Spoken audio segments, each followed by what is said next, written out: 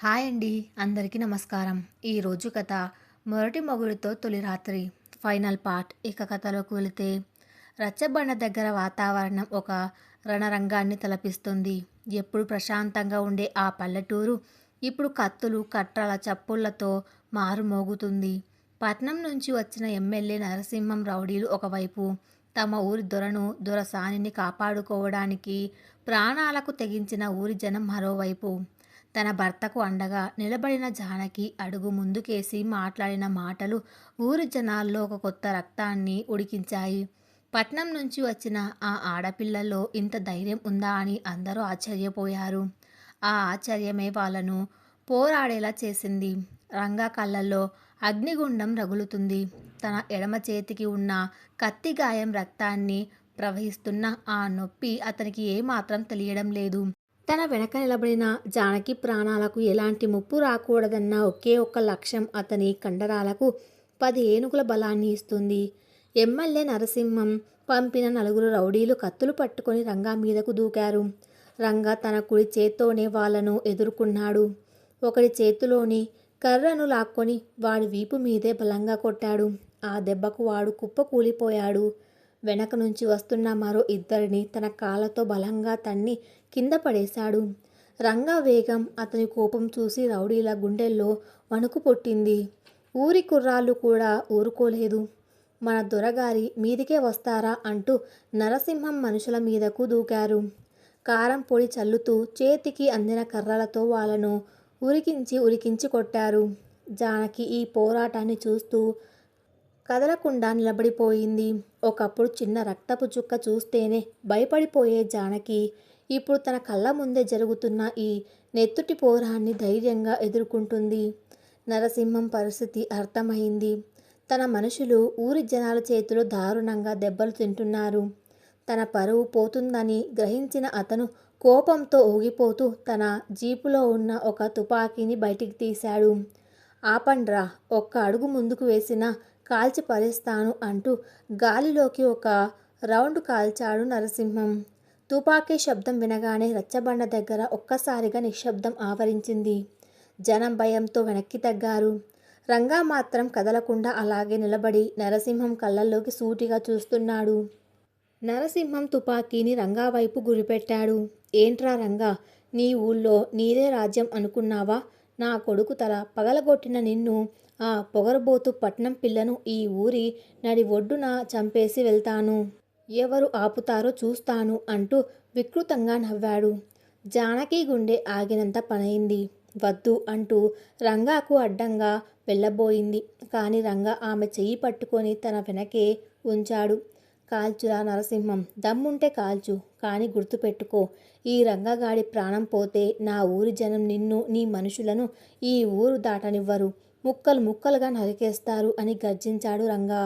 అతని గొంతులో ఏమాత్రం భయం లేదు. నరసింహం కళ్ళు చింత నిప్పుల్లా మారాయి. ట్రిగ్గర్ నొక్కడానికి వేలు కదిపాడు. సరిగ్గా అదే క్షణంలో ఊరు చివరి నుంచి పోలీస్ జీపుల సైరన్ల మోత వినపడింది. 3 పోలీస్ జీపులు దుమ్ము రేపుకుంటూ వేగంగా వచ్చి రచ్చబండ దగ్గర ఆగారు. అందులో నుంచి సర్కిల్ ఇన్స్పెక్టర్ ప్రతాప్ తన సిబ్బందితో సహా కిందకు దిగాడు. పోలీసులను చూడగానే నరసింహం తన తుపాకీని కిందికి దించాడు. ప్రతాప్ నేరుగా నరసింహం దగ్గరకు వచ్చి, ఏంటి ఎమ్మెల్యే గారు, మీ కొడుకు ఖాళీ చేసిన వెధవ పని చాలదన్నట్లు ఇప్పుడు మీరు ఏకంగా ఊరి మీదకు పడి తుపాకీలు తీస్తున్నారా? మీ కొడుకు చేసిన అకృత్యాలకు సంబంధించిన ఆధారాలన్నీ మాకు అందాయి. పైనుంచి మీ మీద నాన్ బెయిలబుల్ కేస్ బుక్ చేయమని ఆర్డర్ వచ్చాయి అని కఠినంగా చెప్పాడు. నరసింహం ముఖం పాలిపోయింది. ఇన్స్పెక్టర్, నువ్వు ఎవరితో మాట్లాడుతున్నావో తెలుసా? నా పలుకుబడి ఏంటో నీకు తెలియదు అని బెదిరించబోయాడు. మీ పలుకుబడి పట్నంలో పనికొస్తుందేమో, కానీ ఇది రంగగారి ఊరు. ఇక్కడ చట్టం తన పని తాను చేసుకోపోతుంది. అరెస్ట్ హిమ్ అని తన కానిస్టేబుల్స్కు ఆర్డర్ వేశాడు ప్రతాప్. పోలీసులు నరసింహాన్ని, అతని మనుషులను జీపుల్లో ఎక్కించుకున్నారు. నరసింహం వెళుతూ రంగా వైపు పగతో చూస్తూ, దీనికి ముగింపు ఇక్కడితో కాలేదు రంగా, మళ్ళీ వస్తాను అని పళ్ళు కొరుకుతూ అన్నాడు. ఎప్పుడైనా రా, నీకోసం ఈ రంగ సిద్ధంగానే ఉంటాడు అని ధీటుగా బదులిచ్చాడు రంగా. పోలీసులు వెళ్ళిపోయిన తర్వాత ఊరి జనమంతా ఆనందంతో జయ జయ ధ్వానాలు చేశారు. రచ్చబండ పెద్దలు రంగ దగ్గరకు వచ్చారు. దొరగారు, ఈరోజు మీరు మా కోసం ప్రాణాలకు తెగించారు. మీరే కాదు, దొరసాని గారు కూడా మా కోసం సింహంలా నిలబడ్డారు అని ఊరి పెద్ద ఒకరు 2 చేతులు జోడించి అన్నాడు. ఊరి వాళ్ళందరూ ఇప్పుడు జానకి వైపు ఒక దేవతను చూసినట్లు చూస్తున్నారు. ఇన్నాళ్ళు ఆమెను కేవలం పట్నం నుంచి వచ్చిన అహంకారి పిల్లగా మాత్రమే చూసిన వాళ్లకు ఈరోజు ఆమెలో తమ ఊరి దొరసాని కనిపించింది. తమ దొర ప్రాణాలను కాపాడుకోవడానికి భయం లేకుండా ముందుకు వచ్చిన ఆమె తెగువ వాళ్ళ మనసును గెలుచుకుంది. రంగా జానకి వైపు చూశాడు. అతని కళ్ళల్లో చెప్పలేనంత గర్వం, ప్రేమ ఉప్పొంగుతున్నాయి. జానకి కూడా అతని వైపు చూసి చిన్నగా నవ్వింది. ఆ నవ్వులో ఇన్ని రోజుల గొడవలు, అపార్థాలు అన్నీ మాయమైపోయాయి. ఇద్దరూ కలిసి ఇంటికి చేరుకున్నారు. హాల్లో దేవుడి పటం ముందు కూర్చొని కన్నీళ్లు పెట్టుకుంటూ ప్రార్థిస్తున్న అనసూయమ్మ వాళ్ళు రావడం చూడగానే పరుగున వెళ్ళి రంగాను, జానకిని గుండెలకు హత్తుకుంది. ఏం కాలేదు కదా దేవుడా, నా బిడ్డలు క్షేమంగా వచ్చారు, అంతా ఆ దేవుడి దయ అంటూ వాళ్లకు దిష్టి తీసి లోపలికి తీసుకువెళ్ళింది. అత్తయ్య, మీరు కంగారు పడకండి, అంతా సర్దుకుంది. ఆయనకు దెబ్బ తగిలిన చెయ్యి బాగా లాగుతుంది, నేను మందు రాస్తాను అని చెప్పి జానకి రంగాని గదిలోకి తీసుకువెళ్ళింది. గదిలోకి వెళ్ళాక రంగా మంచం మీద కూర్చున్నాడు. జానకి మందుల డబ్బా తీసుకొని అతని పక్కన కూర్చుంది. గాయం మీద ఉన్న పాత కట్టు విప్పుతుంటే ఆ కట్టుకు అంటిన రక్తం చూసి ఆమె కళ్ళు మళ్ళీ చెమర్చాయి. ఇంత మొండితనం ఏంటండి మీకు? తుపాకీ గురిపెట్టినా కదలకుండా అలాగే నిలబడ్డారు. ఒకవేళ నిజంగానే బుల్లెట్ తగిలి ఉంటే నా పరిస్థితి ఏంటని ఒక్క క్షణం కూడా ఆలోచించలేదా అని మందు రాస్తూనే కోపంగా కానీ కన్నీళ్లతో అడిగింది జానకి. రంగా నెమ్మదిగా తన కుడి చేత్తో ఆమె కన్నీళ్లను తుడిచాడు. నాకు భయం వేయలేదు జానకి, ఎందుకంటే నా వెనక నువ్వు ఉన్నావు. నా ప్రాణం కంటే ఎక్కువగా నిన్ను కాపాడుకోవాలన్న తపన ముందు ఆ తుపాకీ గుండు నాకు చాలా చిన్నదిగా అనిపించింది అన్నాడు రంగా. ఆ మాటలకు జానకి గుండె కరిగిపోయింది. కట్టు కట్టడం పూర్తయిన తర్వాత ఆమె అక్కడి నుంచి లేవబోయింది. కానీ రంగా ఆమె చేతిని గట్టిగా పట్టుకుని ఆపాడు. జానకి అతని కళ్ళల్లోకి చూసింది. ఆ కళ్ళల్లో ఇప్పుడు అహంకారం లేదు, కోపము లేదు, కేవలం అనంతమైన ప్రేమ, ఒక భార్య పట్ల ఉండాల్సిన తీరని దాహం మాత్రమే ఉన్నాయి. రంగా నెమ్మదిగా ఆమెను తన వైపు లాక్కున్నాడు. జానకి అతని వక్షస్థలానికి ఆనుకొని నిలబడింది. రంగా వేడి శ్వాస ఆమె నుదుటికి తగులుతోంది. గదిలో వాతావరణం ఒక్కసారిగా మారిపోయింది. ఇన్ని రోజులుగా వాళ్ళ మధ్య ఉన్న అదృశ్య గోడ బద్దలైపోయింది. జానకి అని కొణిగాడు రంగా ఆమె చెవి దగ్గర. అంది జానకి కళ్ళు మూసుకొని. ఆమె ఒంట్లో కరెంటు పాకినట్లు అవుతోంది.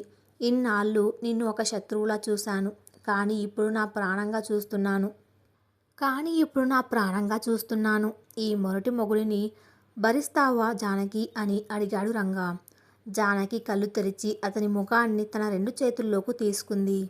మీరు మొరటోడు కాదు, నా కళ్ళకు మాత్రమే కనిపించే వెన్నెల మీరు. నా ప్రాణం, నా సర్వస్వం మీదే అని చెబుతూ అతని నుదుటి మీద సున్నితంగా ముద్దు పెట్టింది. రంగా 2 చేతులతో ఆమె నడుమును చుట్టి తన ఒడిలోకి తీసుకున్నాడు. వెన్నెల కాంతి కిటికీలో నుంచి వాళ్ళ మీద పడుతుంది. ఆ రాత్రి ఆ గదిలో 2 మనసులు ఒక్కటయ్యాయి. ద్వేషంతో మొదలైన వాళ్ళ ప్రయాణం ఇప్పుడు ప్రేమ అనే గమ్యంగా మార్చుకుంది. మరుసటి రోజు ఉదయం సూర్యకిరణాలు జానకి ముఖం మీద పడడంతో ఆమె కళ్ళు తెరిచింది.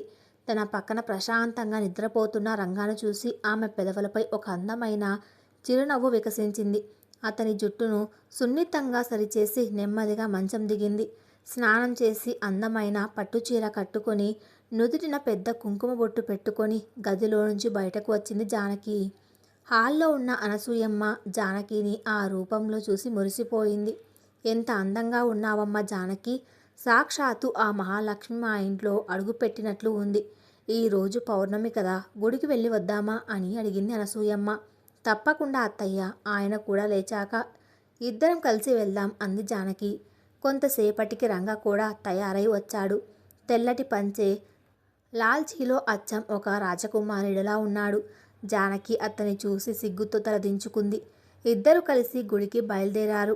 ఊరి దారిలో వాళ్ళు నడుచుకుంటూ వెళ్తుంటే ఊరి జనాలందరూ వాళ్ళను గౌరవంగా పలకరిస్తున్నారు.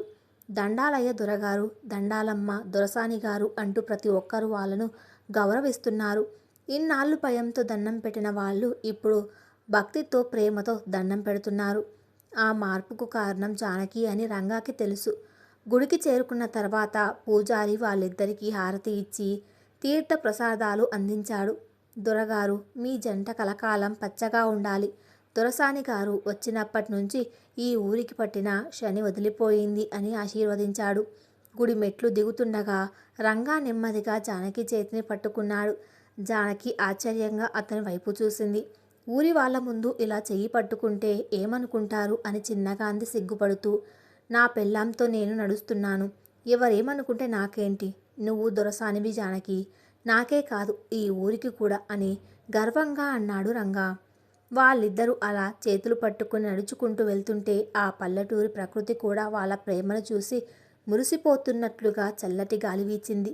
కానీ ఈ ప్రశాంతత ఎన్నాళ్ళు? జైలుకు వెళ్ళిన నరసింహం ఊరుకుంటాడా? పట్నంలో ఉన్న జానకి తండ్రి పరిస్థితి ఏంటి? వాళ్ళ అప్పుల వాళ్ళు జానకిని వెతుక్కుంటూ ఈ పల్లెటూరికి వస్తే రంగా వాళ్ళను ఎలా ఎదుర్కొంటాడు? వాళ్ళ జీవితాల్లో రాబోయే కొత్త తుఫాను ఏంటి? ఉదయం సూర్యుని లేత కిరణాలు పల్లెటూరి పచ్చదనాన్ని ముద్దాడుతున్నాయి. రంగా ఇంటి ఆవరణలో పారిజాతం పూల సువాసన గాలితో పాటు ఇల్లంతా వ్యాపిస్తోంది. గదిలో కిటికీ గుండా వస్తున్న వెలుతురు నేరుగా రంగా ముఖం మీద పడుతుంది. నెమ్మదిగా కళ్ళు తెరిచిన రంగాకు ఎదురుగా అద్దం ముందు నిలబడి ముస్తాబవుతున్న జానకి కనిపించింది.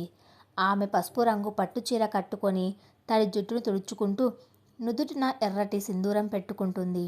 ఆమె అందం చూసి రంగా కళ్ళు తిప్పుకోలేకపోయాడు. ఒకప్పుడు ఈ ఇంట్లో ఆమెను ఒక బానిసలా చూడాలనుకున్న తన మనసు ఇప్పుడు ఆమె పాదాల దగ్గర దాసోహం అంటోంది. ఆమె కళ్ళల్లో ఇప్పుడు భయం లేదు. ఒక భార్యకు ఉండే నిండుదనం, ఆత్మాభిమానం, తన మొగుడి మీద ఉన్న ప్రేమ స్పష్టంగా కనిపిస్తున్నాయి. జానకి అద్దంలో నుంచి రంగా తననే చూస్తుండడం గమనించింది.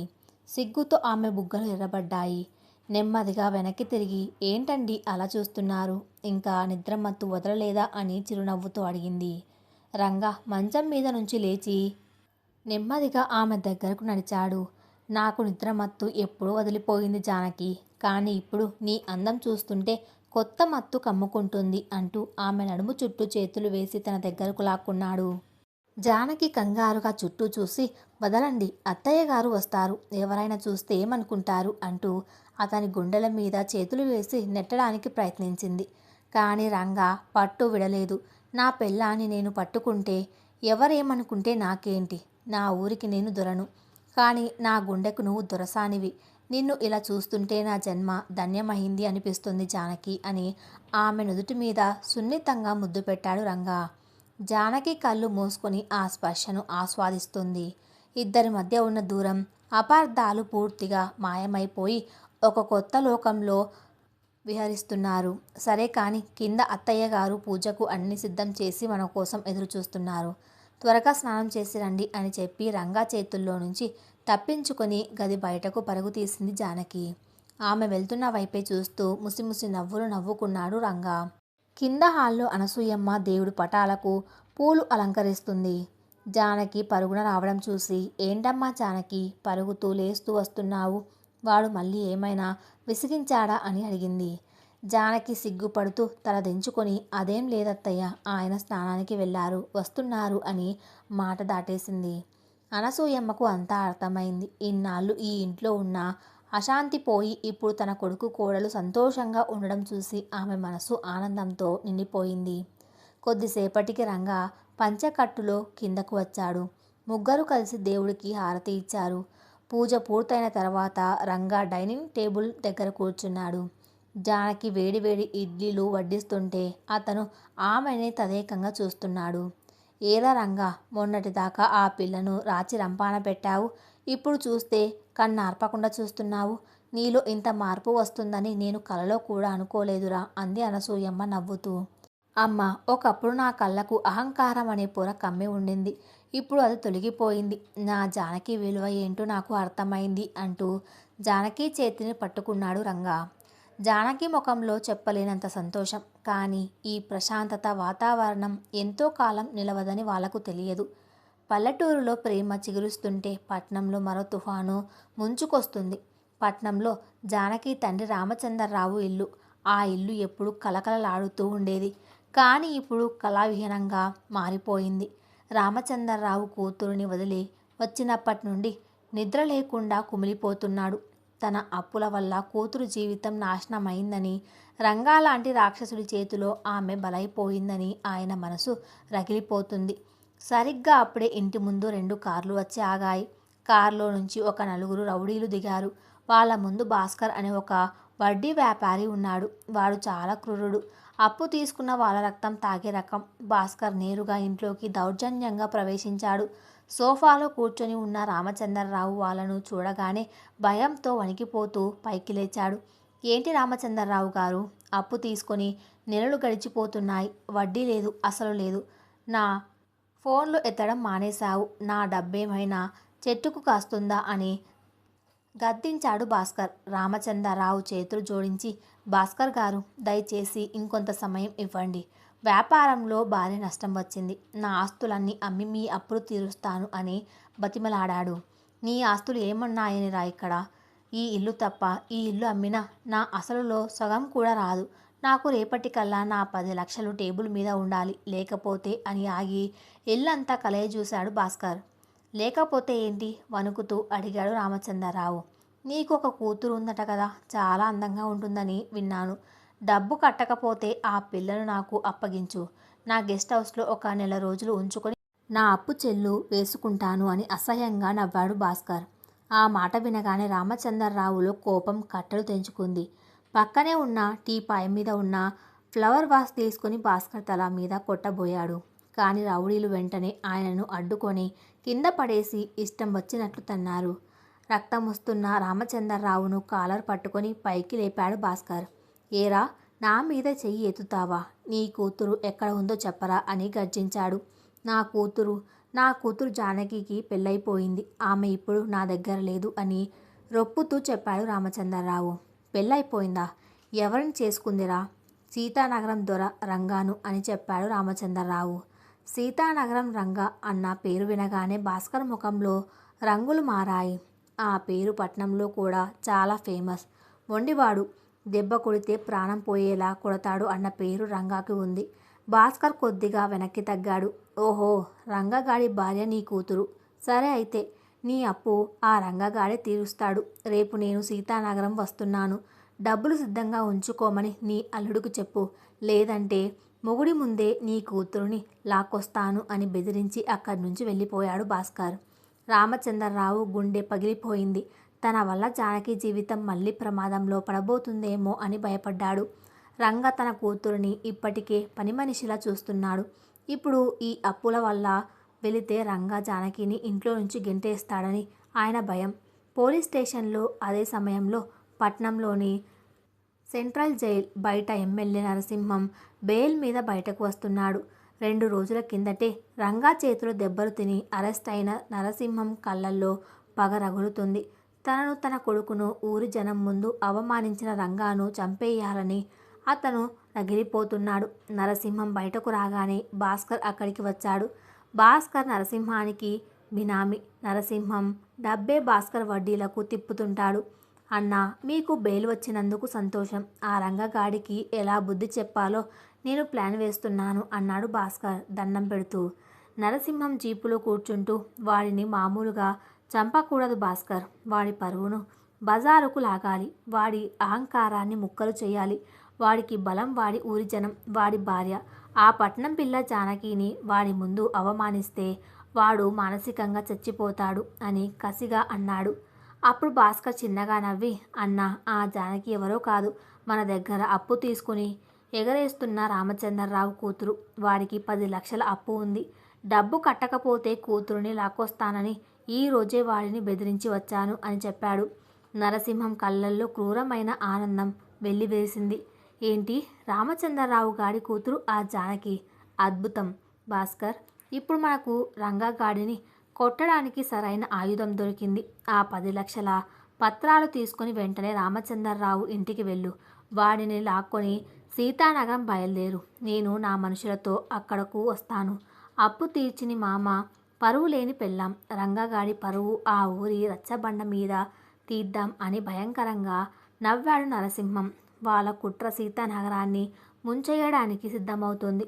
సీతానగరంలో సాయంత్రం వాతావరణం చల్లగా ఉంది. రంగా తన పొలాల దగ్గరకు జానకిని తీసుకెళ్లాడు. పచ్చటి చేల మధ్య నడుస్తుంటే జానకి మనసు గాలిలో తేలుతున్నట్లు ఉంది. ఆమె చేతిని తన చేతిలోకి తీసుకొని నడుస్తున్నాడు రంగా. ఎంత ప్రశాంతంగా ఉందండి ఇక్కడ. ఈ పచ్చదనం, ఈ గాలి చూస్తుంటే ఇక్కడే ఉండిపోవాలనిపిస్తుంది అంది జానకి గాలి పీల్చుకుంటూ. రంగా ఆమె వైపు ప్రేమగా చూస్తూ, ఈ పొలాలు, ఈ గాలి నా జీవితంలో ఎప్పటినుంచో ఉన్నాయి జానకి. కానీ వాటిలో అందం ఉందన్న విషయం నువ్వు నా జీవితంలోకి వచ్చాకే తెలిసింది. నువ్వు లేకుండా నేను లేను అన్నాడు. జానకి సిగ్గుతో నవ్వి అతని భుజం మీద తల వాల్చింది. మీరు ఇలా ప్రేమగా మాట్లాడుతుంటే నాకు ఏదో కలలా అనిపిస్తుంది. ఈ సంతోషం ఎప్పటికీ ఇలాగే ఉండిపోవాలని భయంగా కూడా ఉంది. ఎవరైనా నన్ను వేస్తారేమో అని భయం అంది చిన్న గొంతుతో. రంగా ఆమె భుజం చుట్టూ చెయ్యి వేసి రంగా పెళ్ళం మీద కన్ను వేసే ధైర్యం ఈ సృష్టిలో ఎవ్వరికీ లేదు జానకి. నీ కంట్లో నుంచి ఒక్క కన్నీటి చుక్క రాలైనా ఆకాశం బద్దలవుతుంది. కానీ నా ప్రాణం ఉండగా నీకు ఎలాంటి కష్టం రాదు అని మాట ఇచ్చాడు. ఇద్దరూ అలా ఒకరినొకరు ప్రేమలో మునిగిపోయి ఉండగా ఊరి వైపు నుంచి రంగా జీపు వేగంగా వస్తున్న శబ్దం వినిపించింది. రంగా డ్రైవర్ రాము జీపును ఆపి పరుగున వాళ్ళ దగ్గరకు వచ్చాడు. దొరగారు, ఊర్లో పెద్ద గొడవ జరుగుతుంది. పట్నం నుంచి కొంతమంది రౌడీలు మన ఇంటికి వచ్చారు. వాళ్ళతో పాటు దొరసాని గారి నాన్నగారు కూడా ఉన్నారు. ఆయన ముఖం నిండా రక్తం ఉంది దొరా అని ఆందోళనగా చెప్పాడు. ఆ మాట వినగానే జానకి గుండె ఆగిపోయినంత పనైంది. నాన్న అంటూ గట్టిగా అరుస్తూ జీపు వైపు పరుగు తీసింది. రంగా ముఖం కఠినంగా మారింది. తన మామగారిని కొట్టి తన ఇంటికి తీసుకువచ్చింది ఎవరో అతనికి అర్థమైంది. అది ఖచ్చితంగా నరసింహం పనే. తన కళ్ళు ఎర్రపడ్డాయి. పిడికిలి బిగించి జానకి వెనకే జీపులోకి ఎక్కాడు. జీపు ఇంటి వైపు దూసుకుపోయింది. ఇంటికి చేరుకునేసరికి ఇంటి ముందు పెద్ద గుంపు చేరి ఉంది. ఊరి జనమంతా ఆశ్చర్యంగా చూస్తున్నారు. హాల్లో భాస్కర్, అతని రౌడీలు దౌర్జన్యంగా నిలబడి ఉన్నారు. వాళ్ళ కాళ్ళ దగ్గర రామచంద్రరావు రక్తం గాయాలతో ఏడుస్తూ కూర్చొని ఉన్నాడు. అనసూయమ్మ భయంతో ఒక మూలకు ఒదిగిపోయింది. నాన్న అని అరుచుకుంటూ జానకి లోపలికి పరిగెత్తింది.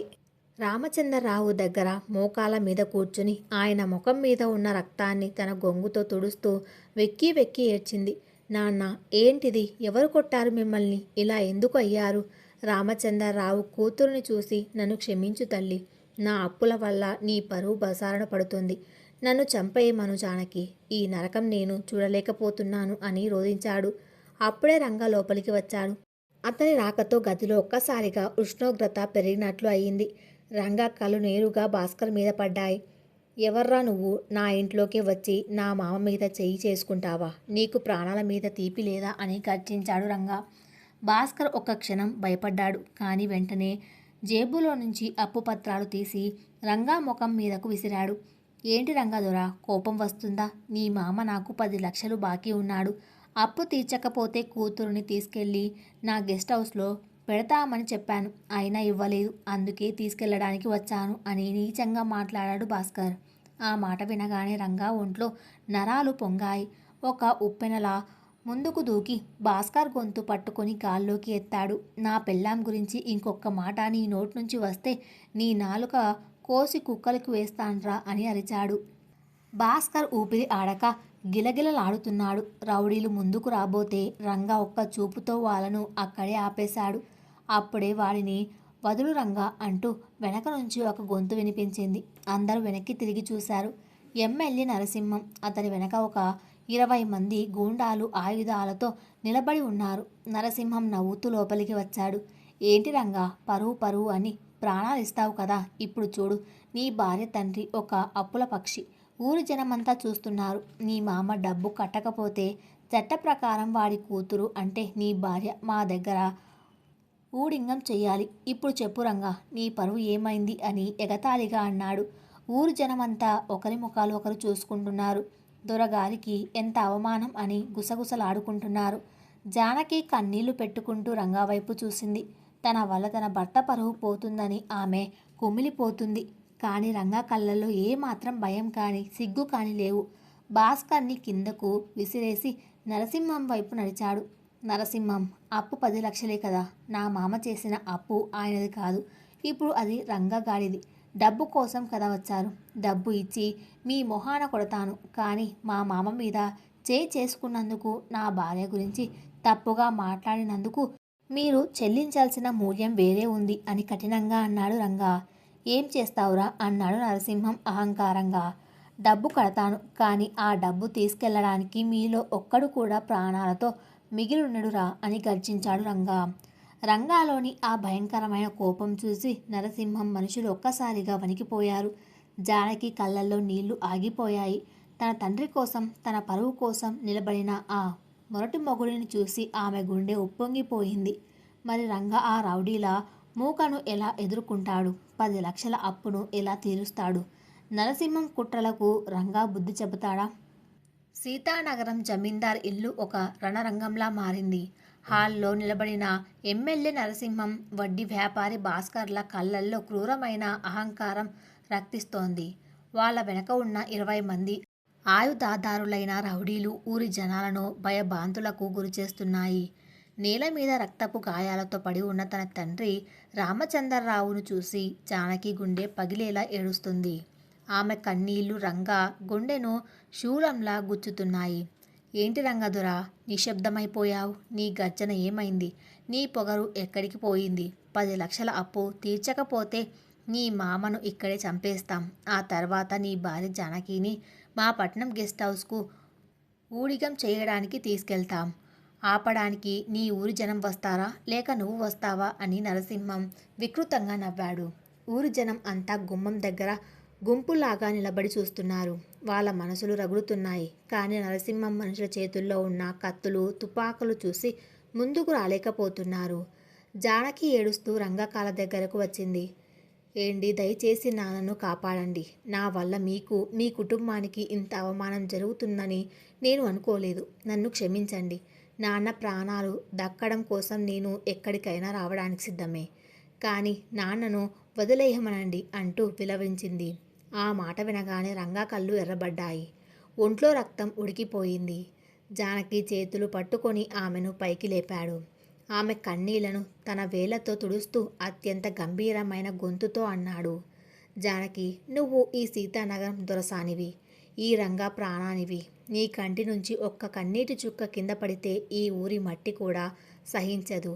నీ మొగుడు బతికుండగా నిన్ను తాకే మొగాడు ఈ భూమి మీద ఇంకా పుట్టలేదు.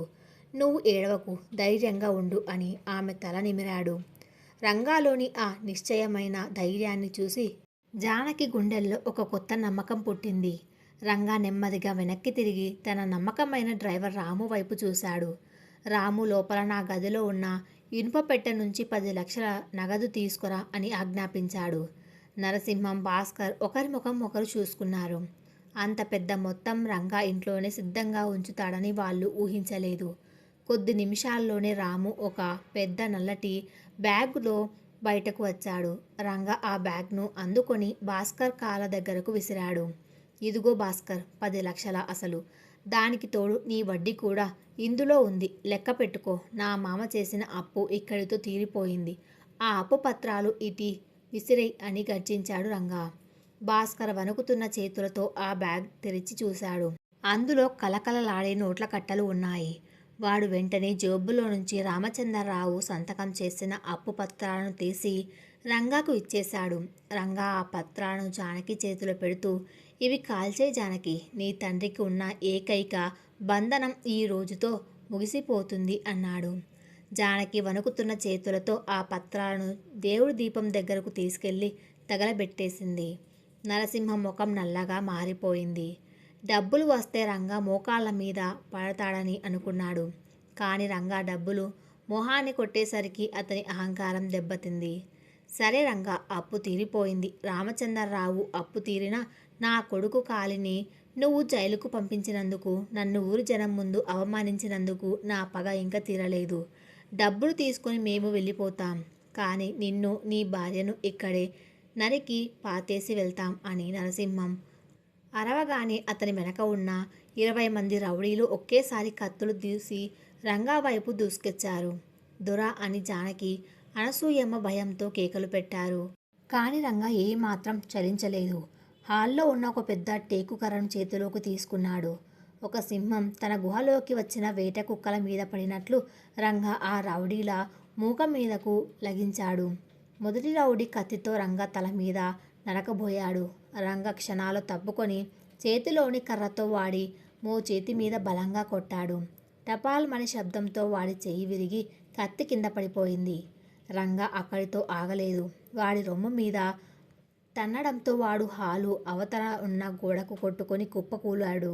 మరో ముగ్గురు రౌడీలు రంగాను చుట్టుముట్టారు. రంగా తన టేకు కర్రను గాల్లో చక్రంలా తిప్పుతూ వాళ్ళ కాళ్ళ మీద వీపుల మీద విరుచుకుపడ్డాయి. దెబ్బల చప్పులతో ఇల్లంతా మారుమోగిపోతుంది. రంగా వేగం చూసి రౌడీలకు ఊపిరి ఆడడం లేదు. రంగా ఒంటి మీదకు కత్తులు వస్తున్నా అతను తన ప్రాణాలను లెక్క చేయకుండా కేవలం తన వెనక ఉన్న జానకిని, తన తల్లిని కాపాడుకోవాలనే తపనలో ఉగ్ర నరసింహుడిలా పోరాడుతున్నాడు. జానకి గది మూలలో నిలబడి భయంతో కాకుండా తన భర్త పరాక్రమాన్ని చూసి గర్వంతో ఊగిపోతుంది.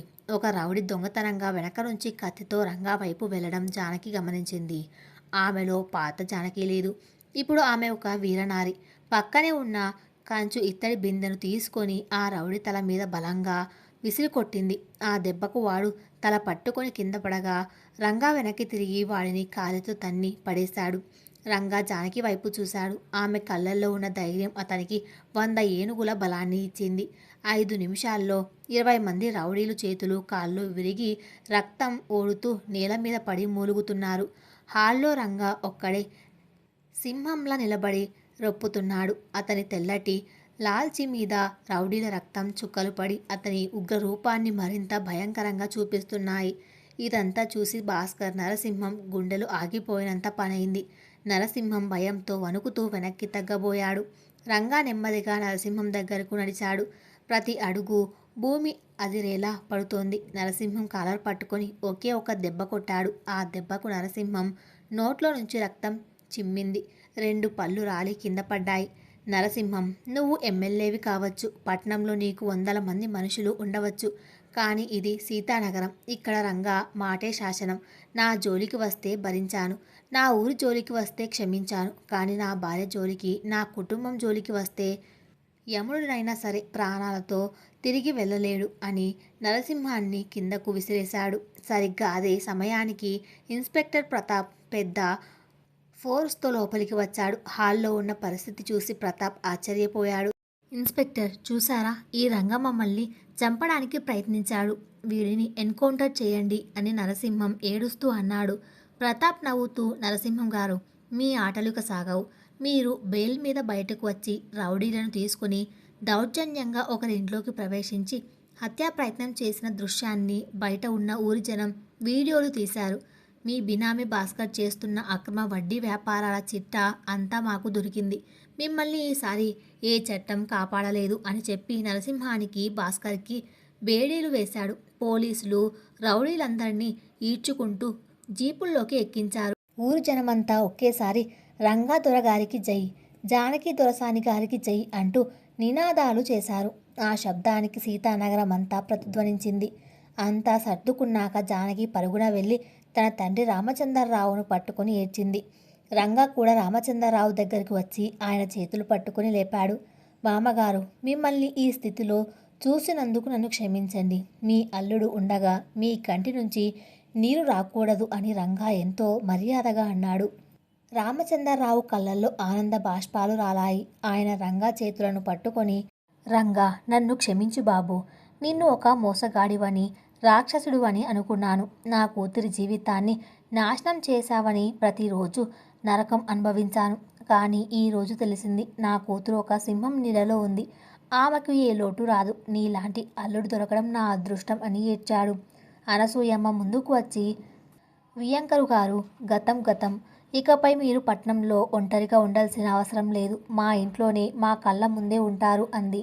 జానకి ఆ మాటలకు తన అత్తయ్యను కృతజ్ఞతతో ఆలింగనం చేసుకుంది. 1 సంవత్సరం తర్వాత సీతానగరం ఊరు ఇప్పుడు పూర్తిగా మారిపోయింది. ఒకప్పుడు భయం, అణచివేత ఉన్న ఆ ఊరిలో ఇప్పుడు పచ్చదనం, ఆనందం వెల్లివిరుస్తున్నాయి. రంగా జానకిల సంయుక్త ఆధ్వర్యంలో ఊరిలో ఒక పెద్ద పాఠశాల, ఉచిత వైద్యశాల ఏర్పాటయ్యాయి. జానకి పట్నంలో చదువుకున్న చదువును ఊరు బాగు కోసం ఉపయోగిస్తుంది.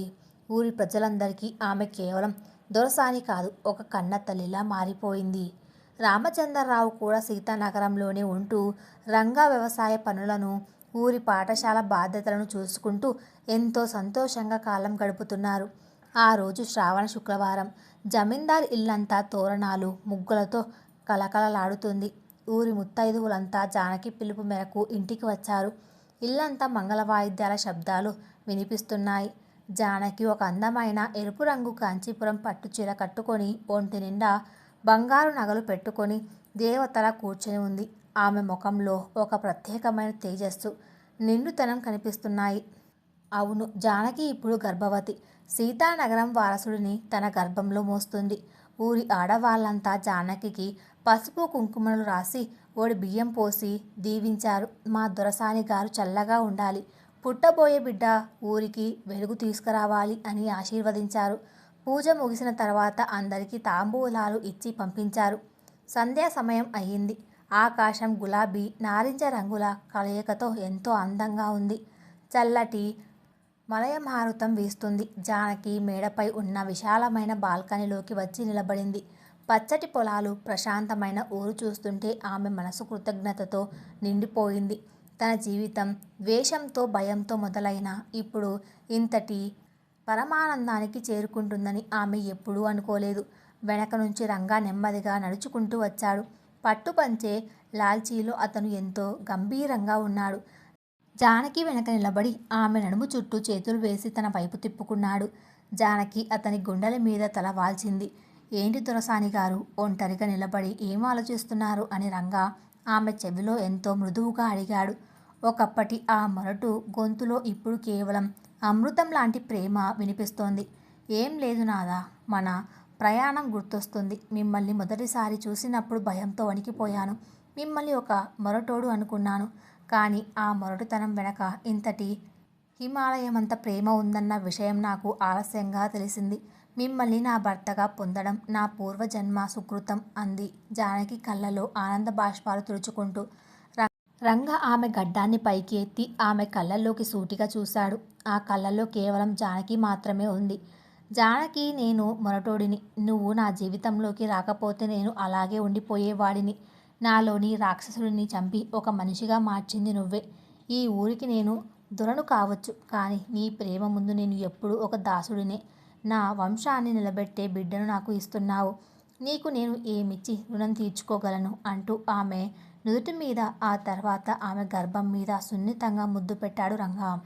ఆ స్పర్శకు జానకి ఒళ్ళు పులకరించింది. ఆమె రంగా మెడ చుట్టూ చేతులు వేసి అతనికి మరింత దగ్గరగా అయ్యింది. ఆకాశంలో నిండు పౌర్ణమి చంద్రుడు తన వెన్నెలను ఆ దంపతుల మీద కురిపిస్తూ ఆశీర్వదించాడు.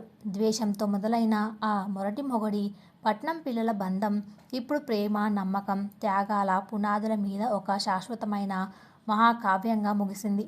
సీతానగరం నడి ఒడ్డున రంగేంద్ర దొర, జానకి దొరసానిల ప్రేమ కథ కలకాలం నిలిచిపోయేలా ఆ రాత్రి ప్రశాంతంగా గడిచిపోయింది. సమాప్తం. Thanks for listening.